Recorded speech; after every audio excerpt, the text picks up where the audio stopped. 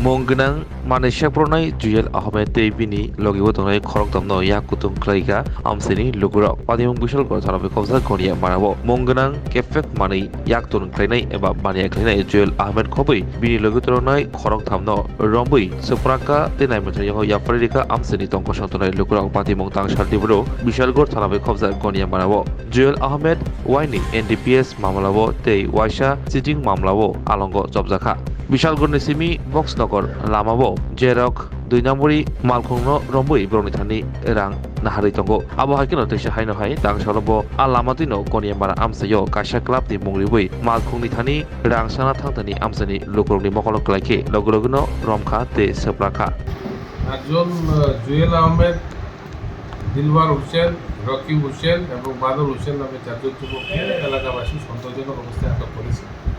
তাদেরকে আমরা জিজ্ঞাসাবাদ করার জন্য কী কারণে আটক করেছে, কী তাদের অভিযোগ, সমস্ত প্রক্রিয়া দেখার জন্য আমরা গড়ে হয়ে গেছি। স্যার কোন জায়গাতে আটক করা হয়েছে? এটা গনিয়ামারা এলাকাতে।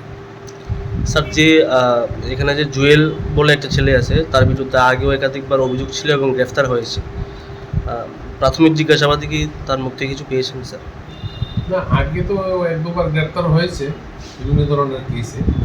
তো তার সেই সম্বন্ধে বা সমস্ত জিনিস প্রক্রিয়া নিয়েই আমরা তো জিজ্ঞাসাবাদ করছি। স্যার চারজনকে কি একই জায়গাতে আটক করা হয়েছে স্যার?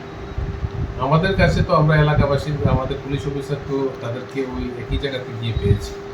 স্যার ইদানিং ধরেছে এলাকাবাসী, সেগুলি তো আমরা তাদেরকে জিজ্ঞাসাবাদ করে বা তদন্ত করে বের করতে হবে।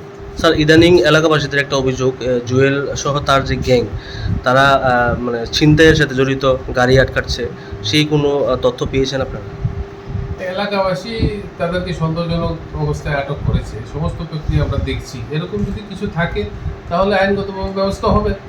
আর যেই কারণে তাদেরকে আটক করেছে সমস্ত প্রক্রিয়াতে আমরা তদন্ত করে দেখছি।